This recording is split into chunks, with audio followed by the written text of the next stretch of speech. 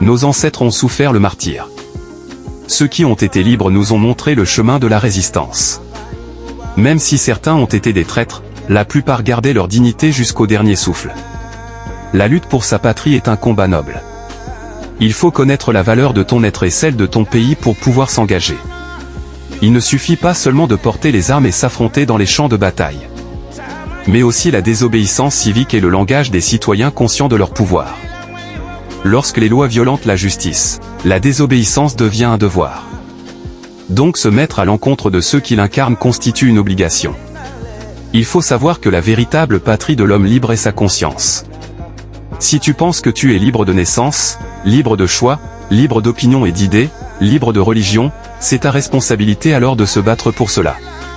Si tu connais une personne qu'on a injustement arrêtée ou tuée, n'oublie pas de le rendre hommage, écris son nom et pays dans les commentaires. N'empêche tout, cela ne fait que renforcer l'amour que les dignes fils ont pour le continent. Nous aimons nos pays, nous aimons notre Afrique. L'exploitation n'est plus à jour. Et cela va bientôt disparaître car la lutte pour notre dignité et notre survie continuera et c'est un combat de jeunesse et cette jeunesse qu'on qualifie de tout porte ce combat. Force restera à la justice de Dieu. Et ce sont les hommes de Dieu qui vont réagir pour que cela cesse.